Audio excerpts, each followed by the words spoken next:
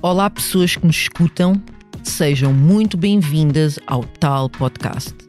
Ponto de encontro para conversas sem guião, onde cabem todas as histórias que queremos conhecer muito além de notas curriculares e apresentações biográficas. Eu sou a Georgina Angélica. Eu sou a Paula Cardoso. E juntas criámos este espaço de ligações humanas, onde acreditamos que sejam quais forem as nossas diferenças, ao partilharmos vivências, aproximamo-nos. É bom ter-vos por perto e aqui bem do nosso lado, nos estúdios do Expresso, já está a nossa convidada de hoje. Uma mulher que escapa a qualquer rótulo e nem sequer tenta caber neles. Desde miúda, muito bem informada e com voz ativa, o pai chamava-lhe France Press, porque sabia de tudo antes de todos.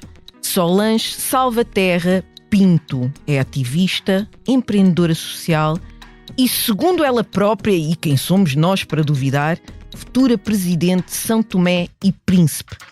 Neste episódio queremos escutar, para além da força da voz, conhecer a Solange inteira, sem filtro, sem concessões, como ela é.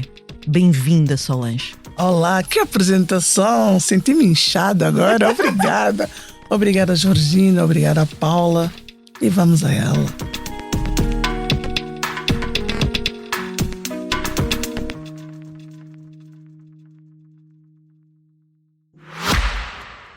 Se gosta de ouvir podcasts, conheça a oferta que o Expresso tem para si.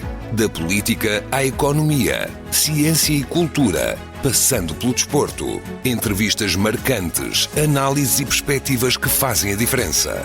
Ouça em expresso.pt e nas principais plataformas de podcast. Expresso. Liberdade para pensar. Estou muito curiosa. Mas o teu pai chamava-te France Press. Ainda és essa agência noticiosa?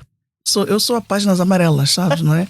Qualquer um que queira alguma coisa diz, eu não sou fofoqueira, pessoal. Estão sempre a perguntar-me. Não, eu sempre gostei muito de estar informada, não é? Sobre as coisas que aconteciam no mundo. E nós tínhamos um handicap em São Tomé e Príncipe. Na altura, quando eu estava a crescer, a televisão não era tão disseminada como agora. Os aviões eram uma vez por semana, não é? Então o que é que nós fazíamos? Reuníamos sempre no Centro Cultural Português. Uma vez por semana recebíamos os jornais, as revistas, não é? Os romances. E então era através das revistas, porque na altura eu tinha 14, 15 anos, aquela altura que nós estamos a despontar para os rapazes bonitos. E os rapazes bonitos nunca eram aqueles que estavam lá de nós, não é? Era o Patrick Swayze, era o Super-Homem, eram aqueles que estavam fora do nosso alcance humano, mas ao nosso alcance visual. Então aproveitava esse conjunto todo de situações, ia ao Centro Cultural Português, lia revistas de fofoca, lia livros, lia jornais e quando chegava a casa tomava conta da hora do almoço. Era contar tudo o que acontecia. Então meu pai disse, bom, France Press, o que há hoje? E eu, tu faz, vamos lá. Debitava tudo que tinha lido naquele dia. E a comunicação tornou-se uma via de especialização profissional. Já viste, né? Sem querer. Mas é engraçado que quando nós fazíamos aqueles testes psicotécnicos no liceu, ia sempre uma equipa de Portugal para ir lá fazer e diziam sempre, a minha área era sempre comunicação, relações internacionais, relações públicas. Mas eu tinha metido na cabeça que queria direito, né? Porque há coisas que nascem connosco e nós não conseguimos perceber. Aquela ânsia, aquela necessidade de defender sempre, eu não diria os mais vulneráveis, mas defender aqueles que eu achava que estavam a ser injustiçados, independentemente da classe social deles, não é? Então achava sempre que direito era a profissão que me podia levar a defender. Mas há outras profissões, há outras coisas que tu podes fazer para defender as pessoas. E uma delas é a comunicação. Porque quando tu estás a dar voz, não é? Tu defendes e tu pões a pessoa que está em casa a ouvir-te a dizer, olha, eu nunca tinha pensado nessa perspectiva. Há coisas que eu posso fazer, eu posso me sentir assim, essa coisa da pertença, né? Essa coisa da pertença. Vocês estão aqui hoje. Quem diria que um dia duas moças afrodescendentes, negras, de origem africana, teriam um espaço na SIC? Nós que reclamamos tanto durante tantos anos, né? estamos em casa com filhas, com sobrinhas, com tanta gente, e as nossas sobrinhas olham para a televisão, não veem ninguém. Ou quando veem sempre naqueles lugares que eu chamo lugares escuros. Então, é importante que elas vejam hoje, afinal, o nosso futuro não tem que ser só empregadas de limpeza e cozinheiras. Nós também podemos fazer comunicação social, estar ou não, mas ter um espaço num canal de referência, num grupo de comunicação de referência. E é importante, é muito importante vocês estarem nesse lugar, é importante nós podermos vir para esse lugar e falar não naquele lugar de coitadinhas que nos querem pôr muitas vezes, que nós muitas vezes também nos pomos, não é?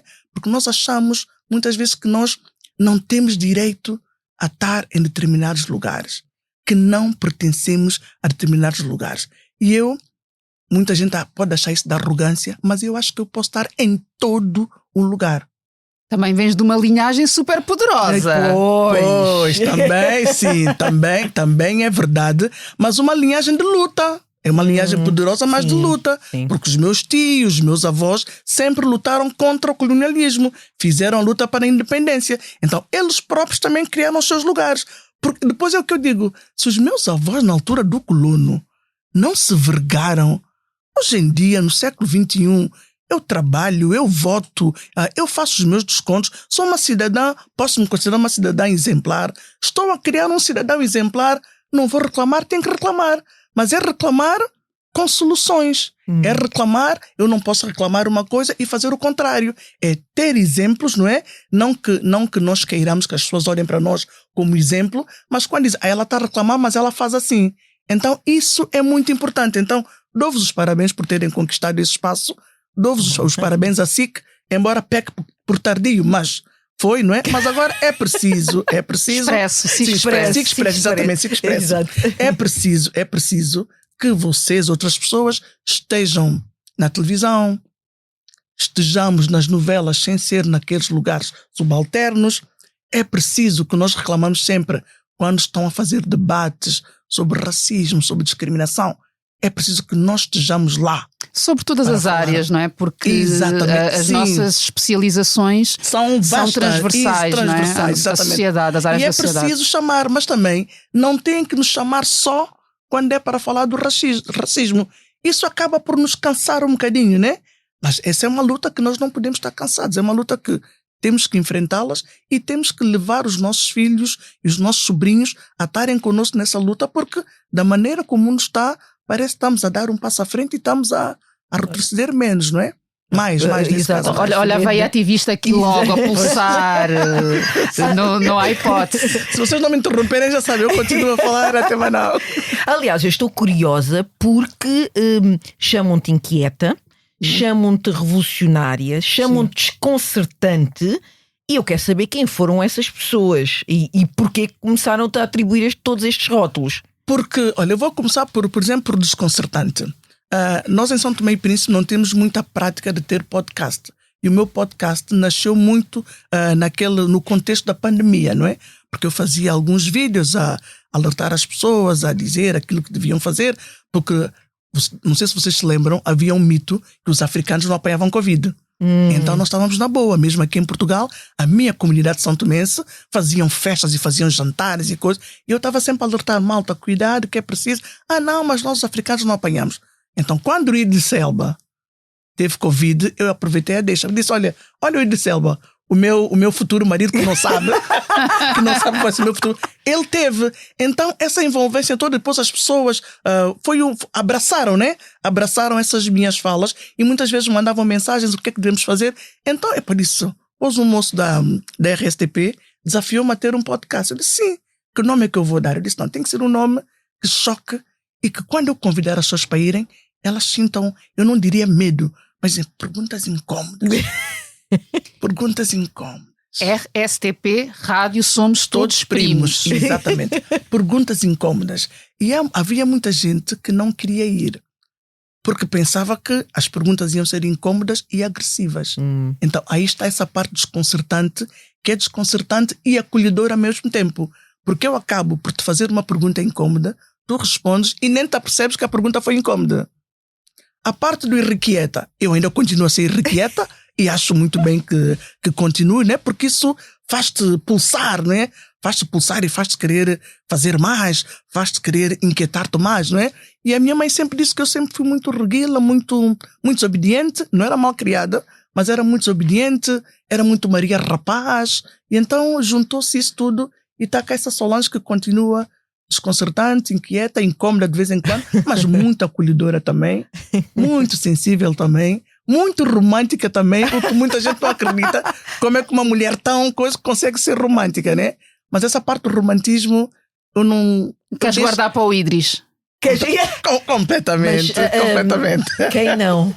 Quem não? Quem não? Pois quem não? Já viste quem não? O Idris é o objeto, que horror, estamos a objetificar. Não, mas pronto, não é uma admiração, é uma admiração. É um objeto de desejo para muitas de nós, claro, por favor. Pronto, enfim. É chamar conforme tem de ser, não é? Completamente. Conversa para depois da gravação. Exato.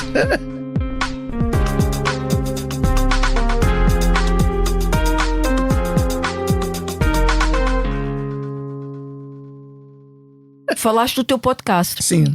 Então, pegando no nome, que pergunta incómoda ainda ninguém te fez e gostavas que te fizessem? Gaste-me. Que pergunta incómoda. Já está. Não, há uma pergunta incómoda. Há uma pergunta incómoda que as pessoas sempre, da minha vida pessoal, né? Eu gosto muito de falar das pessoas, mas falo de mim, mas depois há alguns aspectos que eu falo menos, que é a parte amorosa, não é? Eu falo menos. Falo menos por quê? Porque, por uma parte, eu não diria vergonha, sim, talvez vergonha, né? Porque eu tive uma altura da minha vida que eu fui muito apaixonada por uma pessoa que era casada. Então, essa parte eu tento sempre, eu não diria esconder, mas prefiro não falar tanto, embora as pessoas saibam, porque eu nunca escondi, não é? Nunca escondi. Então, é uma parte que, eu não sei se a vergonha é a palavra mais indicada, mas tendo em conta a imagem que eu quero ter de mim e a imagem que as pessoas têm de mim, estás a ver? Nunca imagino Solange namorar com uma pessoa casada. Mas era algo assumido por ambos? Completamente. Publicamente? Publicamente. Sim, saíamos, fazíamos as coisas e... Isto em Santo Tomé? Não, já aqui em Portugal. E isso eu sei que causou muito desgosto aos meus, né? Aos meus pais, aos meus irmãos, e causou muito desgosto, mas é aquela coisa, quando tu estás apaixonado, tu não vês nada. Então a paixão é uma coisa boa, mas também quem está lá em casa, atenção com a paixão, que ela de vez em quando pode te levar por caminhos. Mas arrependes-te? Sim e não. Porque eu vivi um amor bom, não é? Vivi um amor bom, mas também perdi muitas coisas entretanto, não é? Agora eu não sei se as coisas que perdi eram mais... Pô, acho que não vale a pena me arrepender. Está feito, sim. Era a resposta que eu esperaria de ti, Solange. Eu só fiz para te ouvir dizer isso. Não, está feito, vivi, coisa, e agora é outra coisa, a vida continua, né? Há muito que se diga, há muito para dizer em relação a relações, e já tivemos aqui vários episódios em que falamos sobre isso, não é? Sobre o que é fidelidade, a questão da lealdade, relações não monogâmicas consensuais, portanto todas essas temáticas já passaram por aqui.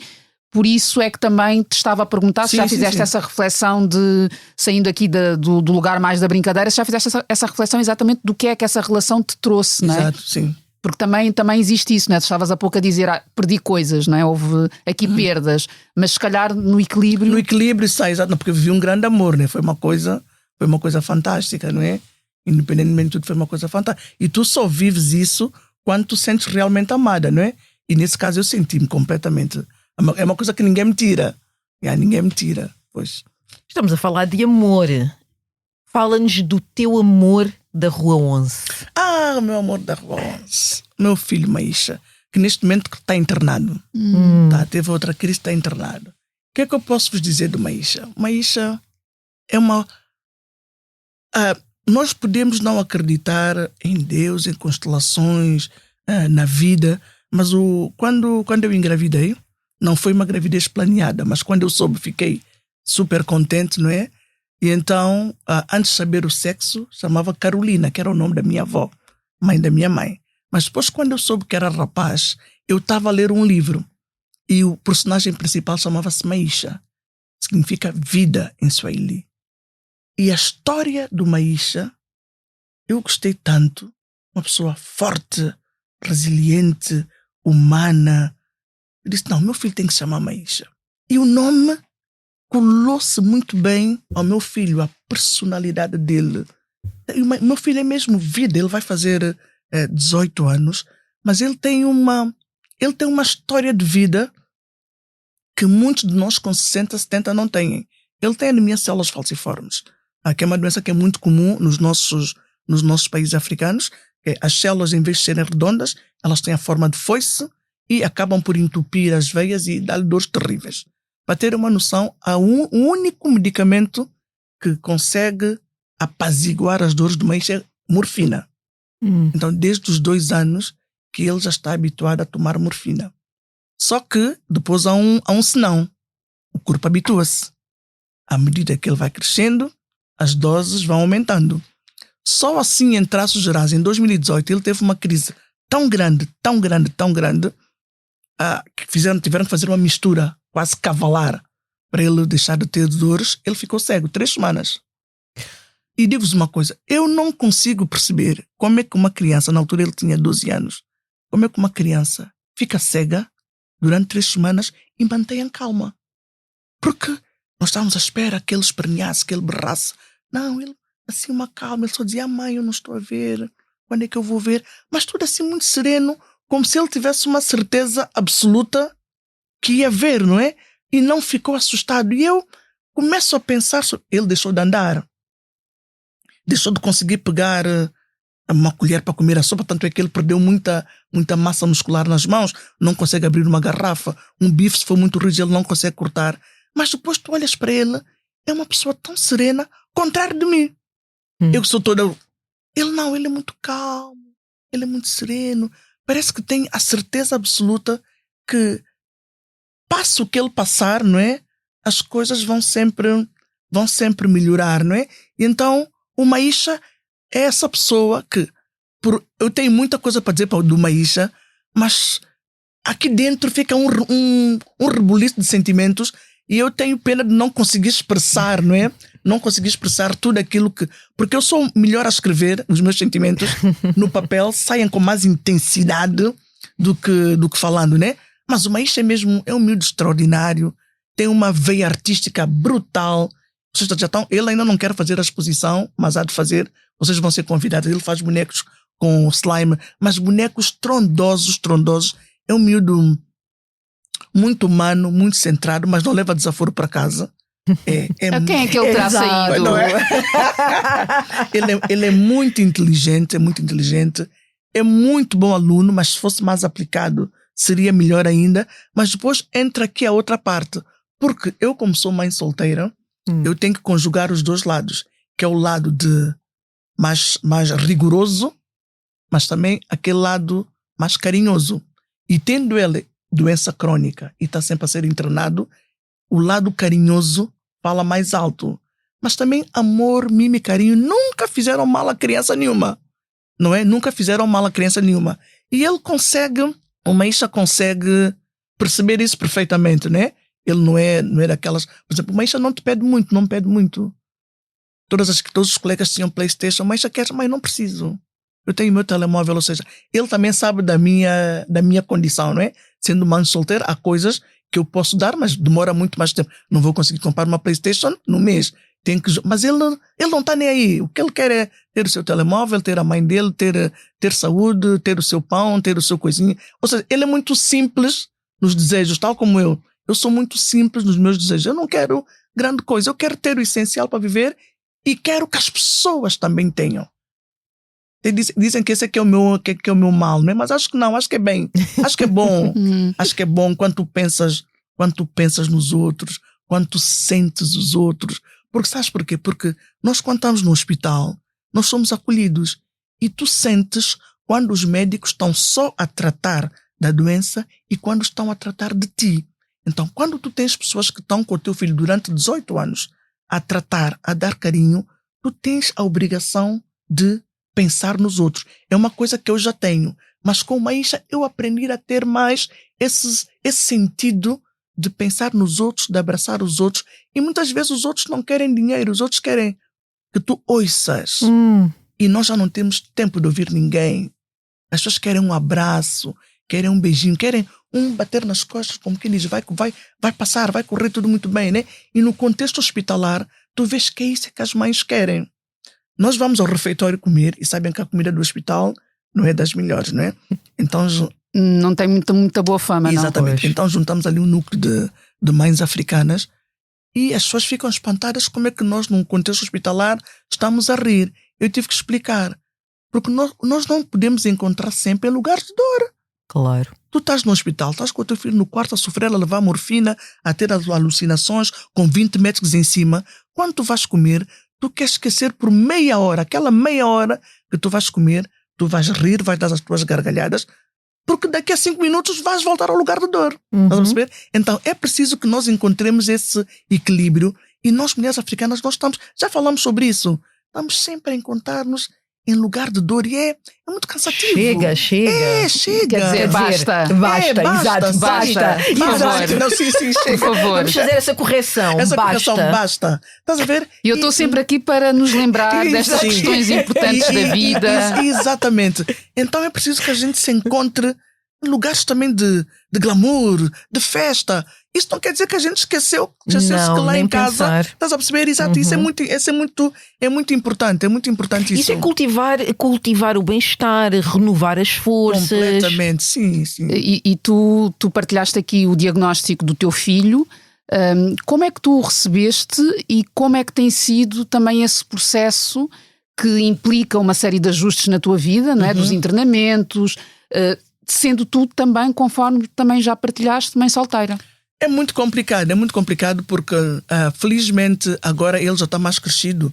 Eu já consigo deixá-lo sozinho no hospital, dependendo também do grau das crises. Mas quando ele era mais novo, houve um trabalho que eu tive, eu recebi 15 euros. Eu recebi 15 euros, porque eram muitos internamentos muito prolongados. Depois do internamento, fisioterapia, as consultas, pois consultas polivalência, né? Polivalência de consultas, e os teus patrões e as empresas estão ali para gerar lucro, né? Eles não veem pessoas. Porque eu também depois ponho-me no papel das empresas. Se tiverem 4 ou 5 mães ou pais nessa situação, é complicado. Mas é preciso também que elas olhem para as pessoas. Porque tu já estás a sofrer porque o teu filho está doente. Depois estás a pensar, só tens 15 euros na conta. Ai. O bom é que eu tenho uma rede que é fantástica. São os meus pais, os meus irmãos, tenho amigos que têm o número da minha conta. É só dizer, olha, passa-me aí e tal. Não perguntam para quê. Opa. E passam logo. Então, essa rede é preciso manter. Mas tu só consegues manter essa rede se tu fores aquela pessoa que dá, que está presente. É a maior riqueza, não é? É a maior riqueza que nós podemos ter. E muita gente não percebeu isso ainda. Nós estamos muito preocupados com o ter e estamos a esquecer o ser. O ser é o mais importante. Tu podes ter tudo. Eu no outro dia estava a falar com a Maísa, lembrei-me do rendeiro. Um senhor que tinha tudo.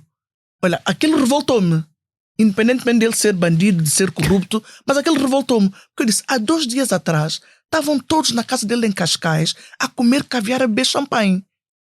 Mal o homem foi preso, não havia mais nenhum amigo. Então, o que é amizade afinal? As amizades de hoje são muito interesseiras, mas isso não se chama amizade, isso é outra coisa qualquer. Pois. Então, eu sou daquelas que ainda cultivo amizade.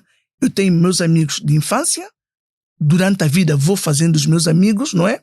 Uns com menos, outros com mais, mas os meus amigos de infância que tiveram comigo, que sabem da minha luta, vão estar sempre comigo.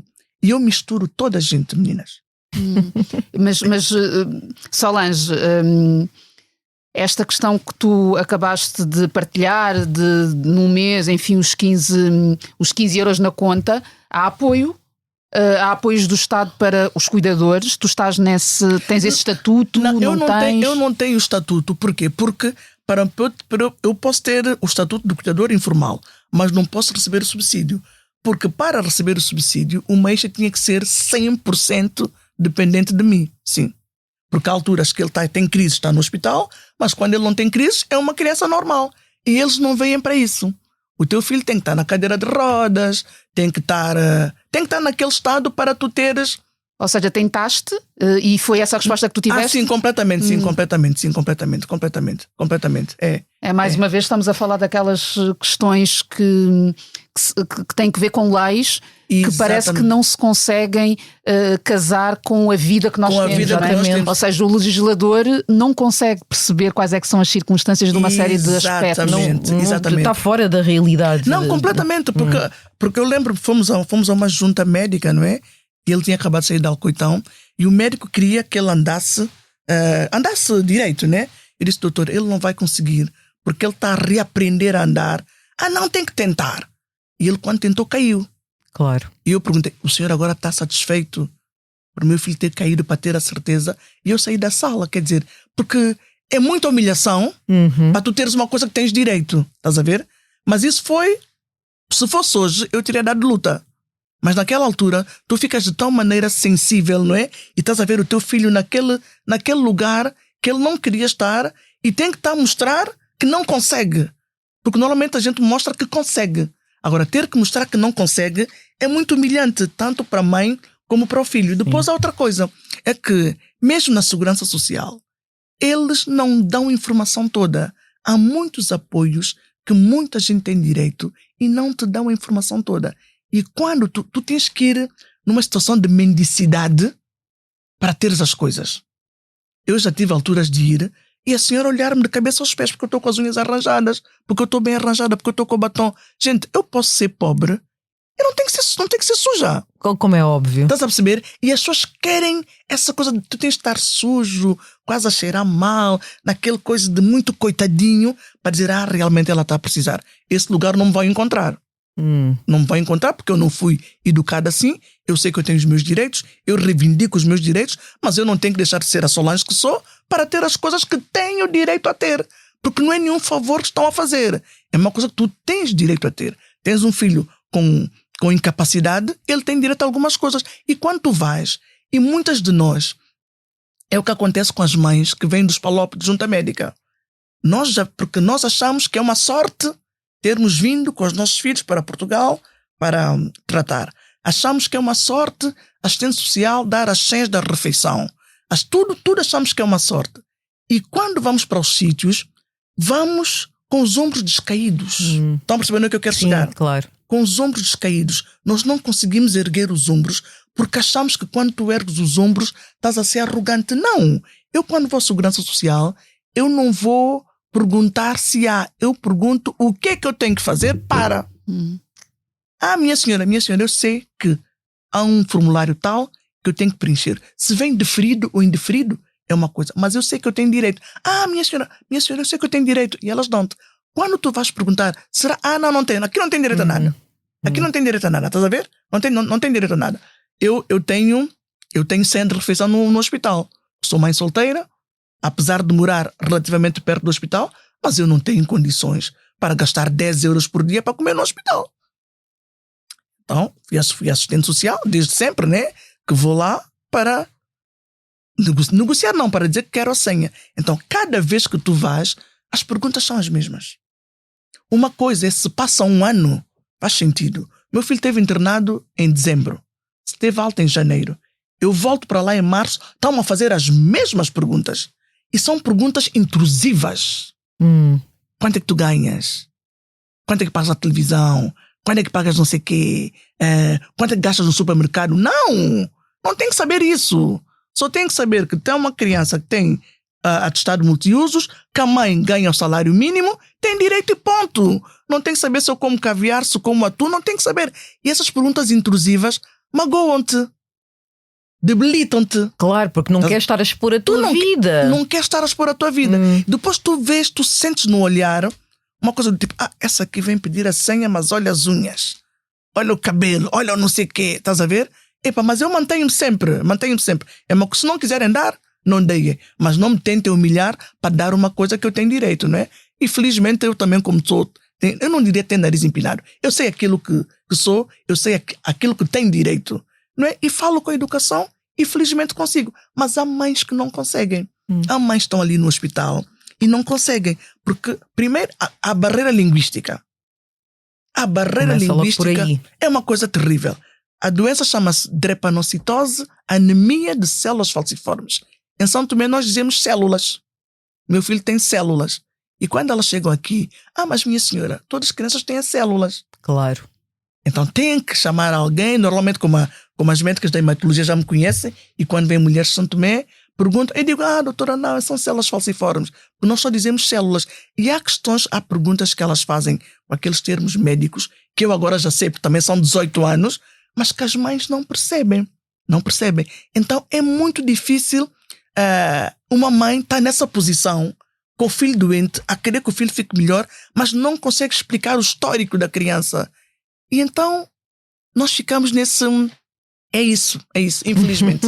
Infelizmente é isso. Aliás, esse teu compromisso contigo de manteres cuidada, bonita, é também uma forma de manteres o foco e a força. Pelo menos é assim que eu estou a ler. Quando te olhas no espelho, dizes, eu posso estar a passar por tudo isto. Completamente. A minha mãe era muito vaidosa. A minha mãe era vaidosa, era bonita, já concorreu para Miss na época colonial, era muito bonita. Sempre via a minha mãe muito cuidada e a ensinar-me, não a dizer Solange faz isso, mas o exemplo dela, a referência. Uma mulher vaidosa, cuidada, que era profissional, era mãe, era professora, era esposa, mas sempre manteve a sua postura. Depois tu perguntas, o teu filho já está nessas condições. O teu filho sempre te viu bonita e bem arranjada. De repente ele está no hospital, a mãe está de pijama e está descuidada. Tu não podes passar essa imagem. Aqui dentro pode estar a remoer, podem estar a esfrangalhar-te. Mas por fora nada, o batonzinho. Eu quando vou ao hospital, dizer, bom, a mãe de Maísa já chegou, já está ali o cantinho dela, tem ali o meu creme, o meu perfume, tem a minha caixinha com os meus brinhos, com as minhas pulseiras. Não, ninguém. No dia que me virem desgrenhada é porque... Já perdeste todas as forças. Não, já perdi toda a dignidade, estou a desistir. Pois. E desistir é uma palavra que não cabe não está no meu dicionário. Eu acho que essa é a mesma palavra. Eu acho que essa é a mesma palavra.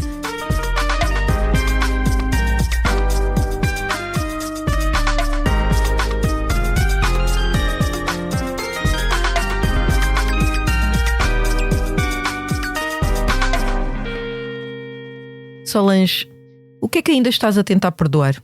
Perdoar? Perdoar? Eu gosto muito de incomodar-me. Coisas que eu nunca... Perdoar-me? Não sei. Perdoar. Tem alguma coisa, alguém que precisa de ser perdoado? Que eu tenho que perdoar? Sim. Não, sabes porquê? Porque nunca ninguém me fez tão mal assim que merecesse ser perdoado, né? Houve pessoas que foram desagradáveis comigo, mas elas estão no lugar delas onde estão, eu estou no meu, não é? Sou superior a isso, não que seja superior, mas consigo bem lidar. Isso até faz-te bem porque tu consegues ver quem é quem, né? Sim. Consegues ver quem é quem. Uma tia dizia, nós temos que aprender a dar com Deus e com o diabo ao mesmo tempo. Tu não podes dizer, vou só falar com esse, vou só falar com aquele, porque o mundo é o que é, né? E há situações que nós temos que estar com toda a gente. Então, mas eu sei perfeitamente quem são os meus, quem vai me acolher sempre. Mesmo que eu cometa a pior das atrocidades, eu sei que há pessoas que vão estar sempre comigo. Depois há as outras. Então o que é que eu faço? 100% do meu amor vai para aquelas que eu sei que estão comigo e a delicadeza, a educação vai para as outras, não é? Não vou ser indelicado, mas o meu amor nunca terão. Mas terão sempre o meu respeito, a delicadeza, porque eu sou delicada com toda a gente, falo bem com toda a gente, sou respeitosa, vão ter sempre. Até um certo ponto. Mas... perdoar, acho que não tenho que perdoar ninguém. Talvez só o Idris Elba não me ter encontrado ainda. Acho que agora, depois desse coisa do Expresso, depois eu acho temos que partilhar para ver se... Temos que ter aí uma versão em inglês também para traduzir. Sendo que tu trazes uma t-shirt, tu estás a vestir uma t-shirt, que depois há de aparecer nas fotografias também, em que há aí um statement, ou vários statements, que vão muito ao encontro da pessoa que tu és. Eu conheci-te no Instituto da Mulher Negra em Portugal. É verdade, o Imune. Conheci-te no Imune, cruzamos-nos em N manifestações. E eu, ao olhar para estas palavras, penso se haverá alguma da qual tu te apropies de uma forma em que possas dizer: esta é mesmo a minha pele. Diz-me só outra vez que é que está. Então, temos aqui a beleza, não é? Temos a confiança, temos a força, temos a questão do amor, temos a bravura, temos a esperteza, a criatividade, a positividade. Eu acho que eu aproprio-me de todas, mas há 2 a 3, se me permitem, que é o amor, que é a bravura, e que é, a outra era o amor e a força. E a força. E a força, sim. Essas sim, aproprio-me completamente. Porque eu de vez em quando olho para mim e disse, poças nada, Solange, eu sou forte mesmo. Não, sou forte. E quando é que te permites não ser? Quando é que eu me permito não ser? Infelizmente permito-me poucas vezes. Porque nós, as mulheres em geral, mas sobretudo as mulheres negras, não nos permitimos fraquejar. Temos tempo? Não temos tempo. É que não há tempo para fraquejar. Tu tens, é que nas nossas casas está toda a gente virada para a mãe, para a mulher. Inclusive os maridos. Tu não podes fraquejar. Mas nós precisamos fraquejar. Por isso é que é importante esses espaços onde estamos sem os maridos. Eu e umas amigas, no ano passado, nós vamos sempre jantar no Dia das Mulheres. E no ano passado decidimos alargar. Foram 80 mulheres. Esse ano foram 170 mulheres. 170. Espera, mas quantas dessas é que são tuas amigas? Muitas são minhas amigas, outras são pessoas que eu vou conhecendo nos programas, sabes que o Facebook também tem um alcance muito assim, tem um alcance muito grande. E muitas mulheres acompanhavam o meu podcast. Depois as participações que eu faço no Bem-vindos, no Tem a Palavra, no Causa e Efeito, as pessoas vão vendo e vão gostando, não é? Então, quando eu digo, olha, estou a organizar um jantar, mal acabo de escrever, estou a receber mensagens privadas, eu quero vir. Vieram 30 mulheres de Inglaterra para o jantar. 2 delas vestiram-se no aeroporto. Foram ao jantar, acabou-se o jantar e voltaram. Ou seja, tu tens 170 mulheres juntas. Isso quer dizer alguma coisa. Claro. Quer dizer que as mulheres precisam desses espaços onde elas possam estar bonitas, onde podem arranjar e possam estar só entre mulheres, sem falar do trabalho, do filho, do marido, do cão. Só estar. Isso é muito bonito. Tanto é que dizem, no próximo ano já não vai poder ser em restaurante nenhum. Temos que fazer numa quinta. É que nós passamos de 80 para 170. E se tivéssemos espaços, mais mulheres iriam. E aqui aproveito também para deixar aqui uma deixa, porque houve muita gente que diz, estão a cobrar 57 euros para jantar, é muito caro. E eu digo, nós quando vamos jantar, sentamos, jantamos, vamos embora para casa. Ali não. Nós temos um fotógrafo com um cenário todo bonito, um fotógrafo só para nós, temos um videomaker, temos um DJ e temos a noite toda para jantar, conversar, conhecer pessoas, rever amizades. Por isso é que duplicamos o número de mulheres. Porque a maior parte que foi no ano passado, foi esse ano e levou 2, 3 mulheres, porque elas sentiram-se bem. E aí está. Nós temos que sofrer. As mulheres têm que sofrer. Mas quando é para sair, temos que pensar nos valores. Porquê? Sim, porque esse é o momento de celebração, é o momento e não temos para de sofrer. Pronto, eu percebo a formulação. Sim. Ou seja, assumimos que temos de. Exatamente, mas quando é para nos divertirmos, questiona, mas vão pagar tudo isso. A culpa do eu estou a investir em mim. Sim, mas não pode. Claro que não. Porque com 50 você podia comprar mais um litro de leite. Sim, mas eles no domingo. Esse leite está caro. Muito caríssimo. Um litro de leite ou eu ao supermercado. Não, ovos. Agora o tema são os ovos. E os azeites. Mas as pessoas esquecem-se que essa mulher, no domingo, vai ser eu não diria outra mulher, mas vai estar com outro ânimo, porque no dia anterior renovou ela completamente. Isso é importante. Renovou. É importante. Esses espaços para nós mulheres é muito importante. É muito importante. E sobretudo esta possibilidade de estarmos a unirmos-nos, que é algo que precisamos de estimular mais, não é? Esta questão da sororidade efetiva. Portanto, não apenas para a fotografia, como tantas vezes nós vemos os discursos feminista, disto e daquilo, mas e depois as práticas e com muita quem. Muita quem, exatamente. Por isso é que os nossos, infelizmente, o Mamadou faz muita falta em Portugal. Mamadou Ba. Mas nota-se claramente, Mamadou não está cá, nota-se claramente, Mamadou faz muita falta. Um abraço, Mamadou. Um abraço grande, não, faz muita falta, porque é uma força da natureza. E alguém que sabe. Mamadou sabe. Ele sabe tudo, ele sabe quase tudo. Ele percebe, ele sabe colocar-se, estás a perceber? E faz muita falta o Mamadou. E é uma pena que infelizmente o Imune não tenha dado certo como era suposto, né? Porque nós tínhamos ali um grupo de mulheres fortíssimas. Podíamos ter Foi feito uma grande ideia. Sim, podíamos ter feito a diferença, mas por alguma razão não deu certo, não é? Não deu certo. E hoje tu tens um parlamento sem nenhuma mulher negra. Faz diferença? Claro que faz. Muito. Representatividade. As pessoas não perceberam ainda a importância da representatividade. Já temos uma garantia no próximo. A Eva. temos, A Eva Raptiva. A Eva. Props, Eva. Exatamente. Sim, Boa. Exatamente, parabéns. Boa. E depois é uma pessoa que tu sabes que vai chegar ali e vai falar. Não vai estar calada a levantar o dedo. Não, ela vai falar. E é bom, não é? Então o Partido Socialista já... É bom que os outros partidos também... E não é ir buscar porque querem fazer bonito na fotografia. Não. É irem buscar mulheres, não é? Salvo chega que acho que uma mulher negra quer estar lá, não chega. Ou um homem negro. Sim, pois é. Exato. O único que estava e que ainda está, enfim, Exato. porque ainda não fomos a eleições, Sim. é o homem negro que temos no Parlamento. Exatamente. Onde sim. é que ele está, não é? Exatamente.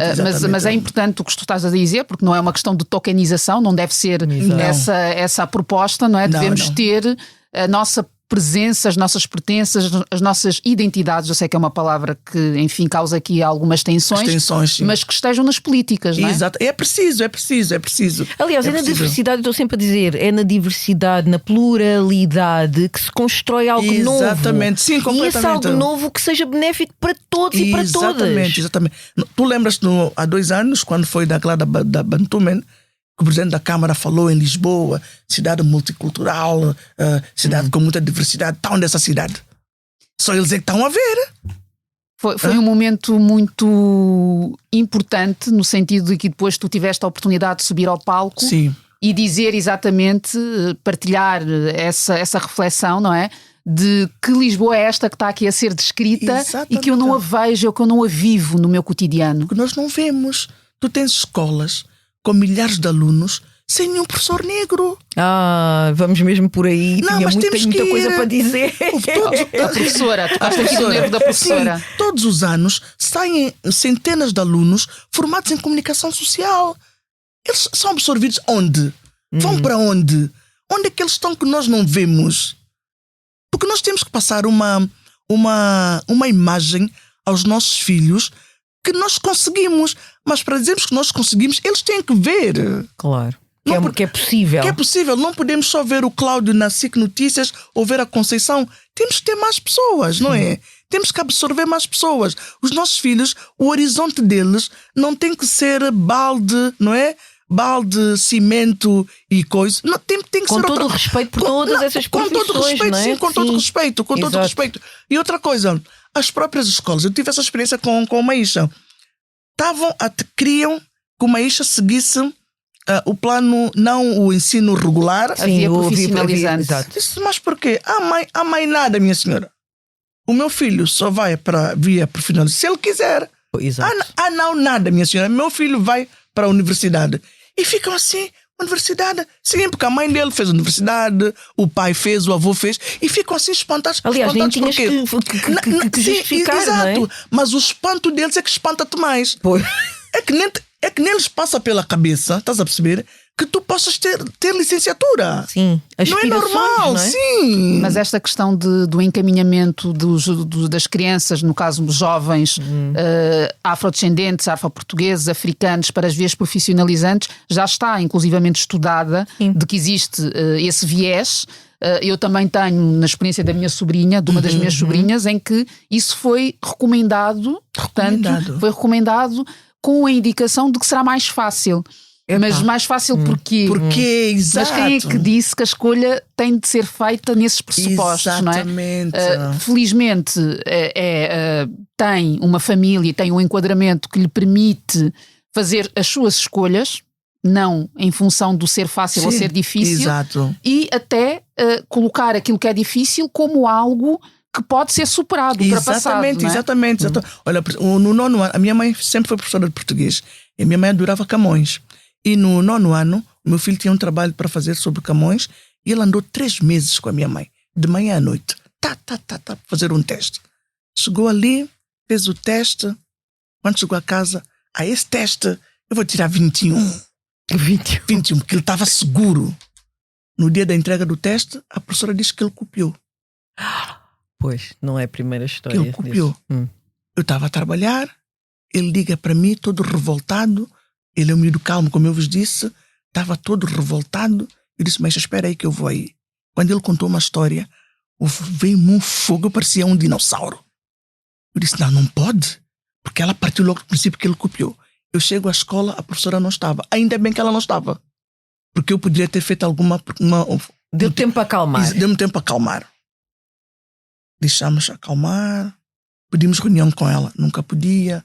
Pedimos reunião com a diretora, nunca podia. Expliquei o que é que se passa. A mãe, expliquei o que é que se passa. Eu disse um dia, bom, pronto, acabou-se a brincadeira. Olha, senhora diretora, vou aí com a CMTV. Passa a publicidade. Vamos aí à escola com a CMTV. No dia seguinte já me conseguiram receber.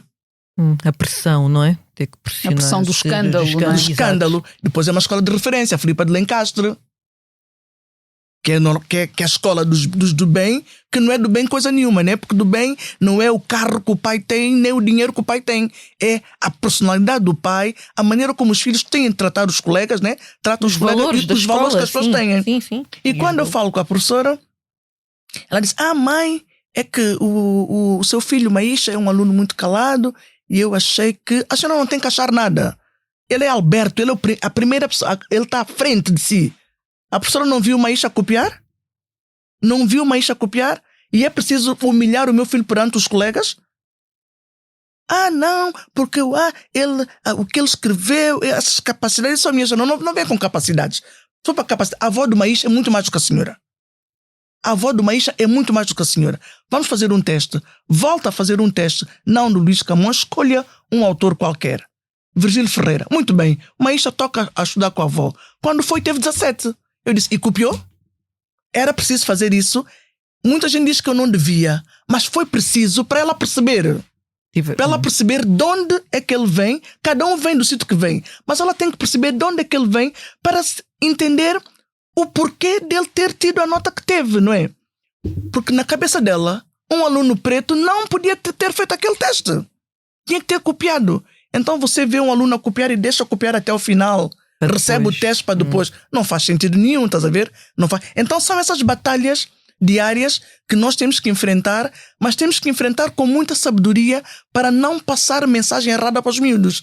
Que tudo consegue-se com guerra. Não é com guerra. O amor. O amor, sempre o amor. Exatamente. É preciso, custa.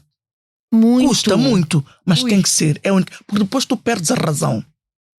Porque estão à espera que tu deslizes para depois misturarem 1001 coisas e tu perdes a razão. A mulher negra agressiva, o completamente, rótulo. Exatamente. O rótulo. Nervosa. A nervosa. E não aquela que já tem tantas batalhas pela frente. Exatamente. Mas a batalha mais importante é restaurar a dignidade do próprio filho. Exatamente.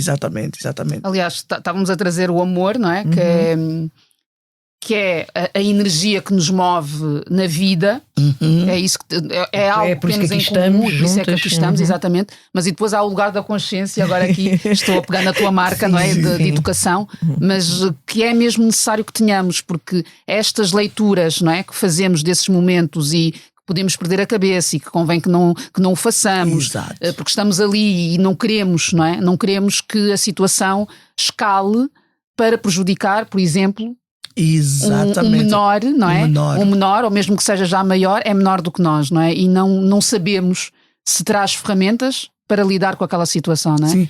Por isso a consciência eu acho que é fundamental. Nós, quando estamos a ter estas conversas, para mim é muito desse lugar, para que as pessoas, escutando, consigam ativar uma série de botões que ainda não estão pressionados e que é importante que estejam, porque estas situações, o que tu estivesse a partilhar, o que eu partilhei, o que a Georgina partilha tantas vezes e tantas outras pessoas convidadas que têm passado pelo tal podcast, são histórias que infelizmente se continuam a repetir. E se nós falamos nelas, é justamente porque estamos aqui a propor uma mudança. Uma mudança, exatamente. Sim. E depois há outra situação que pode decorrer dessa tua violência momentânea, que é, esse miúdo é violento, a mãe é violenta, vamos acionar já a segurança social. E depois tu tens assistentes sociais, não é? Sim. A investigarem a tua vida, a verem, a quererem tirar a criança. Leva por outros caminhos, não é? E leva por outros caminhos, exatamente, leva-te por outros caminhos. E é preciso ter muita sabedoria, ter, mesmo contra tudo e contra todos, Epa, amor, vem. Então, o amor começa a vir lá de baixo depois. É a única maneira. É muita inteligência emocional também. Sim, completamente. E, é uma coisa, e tu vais aprendendo, né? Claro. Isso é uma coisa que tu vais aprendendo. Porque quando o Maísa entrou naquela escola, no primeiro ano, aquela escola, na altura, a Beatriz Dias era professora lá de Biologia. Naquele agrupamento. Era a única professora. Beatriz Gomes Dias. Exatamente, sim. Um grande abraço. Também, sim. Era a única professora negra. Então, quando ele entrou no primeiro ano, eu ia levar uma Maísa à escola. Houve uma mãe que disse: Solange, aquela mãe perguntou se tinha sido a tua patroa a dar a morada. Eu, what? A minha patroa a dar a morada? Por quê? Porque supostamente uma mulher negra morar naquela zona da Avenida João 21, Avenida de Roma, não que eu viva num palacete, mas as zonas contam muito para esse pessoal, né? Sim. Então a morar aqui deve ser a patroa, deve trabalhar aqui. E mesmo que trabalhasse, não é? Mas ela parte logo do princípio que se para o meu filho estar estudando naquela escola, tinha que ser a minha patroa. Ela disse: não foi, ela mora aqui. Ai, mora! Do tipo, como é que ela ousa? E tu ficas assim. E tu não percebes, não é? E essa mãe, na escola, nunca me passou cartão. Houve uma atividade qualquer, acho que foi o Dia da Mulher, como o Medina faz sempre, pequenos almoços, convidam várias mulheres, não é? E eu fui, um ano eu fui, e essa mãe estava lá. Então cumprimentámos o Medina, presidente, que não é amigo, não é? Medina, quando era o antigo exatamente, antes do atual. Antes do atual, sim. Também estou a dizer Medina, peço desculpas. Fernando Medina. Não estou a falar de Medina. Não estou a falar de Medina. Exato. Quer dizer, Fernando Medina, quer dizer, somos todas pessoas. Exatamente. Eu sou aquela... Não deixemos com títulos. Exatamente, sim. E então cumprimentamos aquela foto da praxe, não sei o quê. Ela, acho que eu a conheço. Eu disse: conheço? Não me conheço, não. Não tem um filho na Filipa de Lencastre. Disse: não tem, está enganada. Ali já me conhece por quê, Paula? Ali já me conhece por quê? Não me conhece. Pronto, ficou. Ela ficou e disse: não me conhece, está enganada, é outra pessoa. Se não me conhece na escola, não é ali que ela acha que é um lugar que eu estou com pessoas que ela acha que... Não me conhece. E ficou assim. Enfim, temos muitos personagens desse tipo.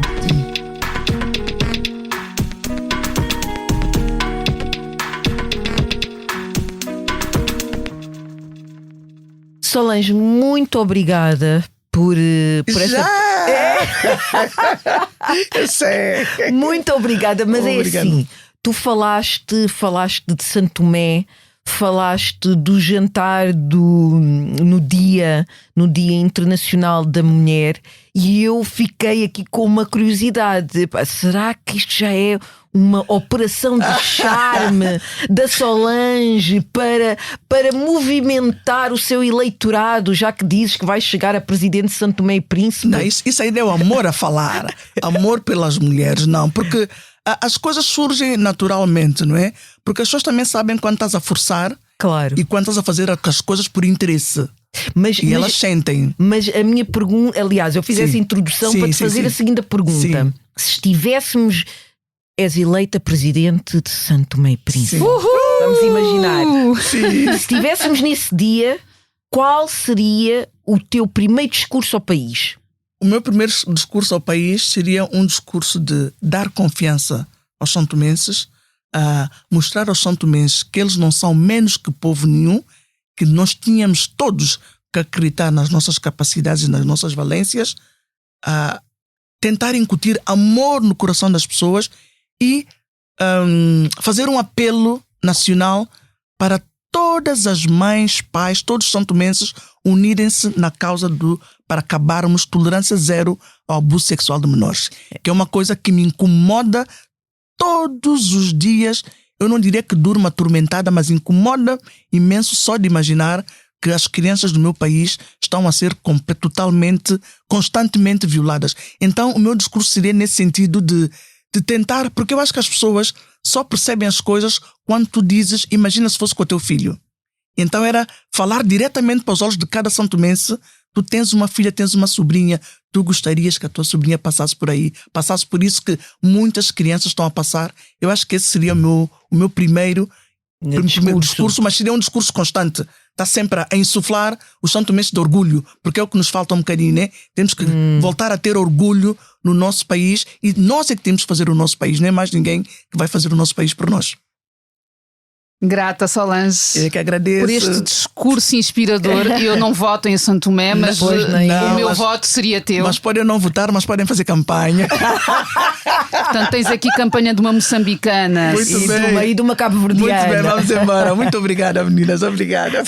E de portuguesas também. E de portuguesas também, exatamente. E de benfiquista também, já agora. Já é para trazer tudo. E de Selva também, por favor. Vamos a essa campanha, vamos a votos. Vamos a votos. Este episódio tem sonoplastia de Salomé Rita, fotografia de José Fernandes, capa de Tiago Pereira Santos e música original de Pedro Bernardino e Wilson Twice. A coordenação é de Joana Beleza e Yuri Lopes Pereira e direção de João Vieira Pereira. Eu sou a Paula Cardoso. Eu sou a Georgina Angélica. E voltamos na próxima semana. Até lá, sigam-nos nas redes sociais e subscrevam a nossa newsletter.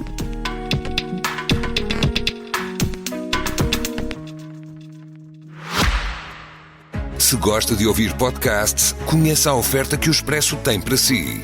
Da política à economia, ciência e cultura, passando pelo desporto. Entrevistas marcantes, análises e perspectivas que fazem a diferença. Ouça em expresso.pt e nas principais plataformas de podcast. Expresso. Liberdade para pensar.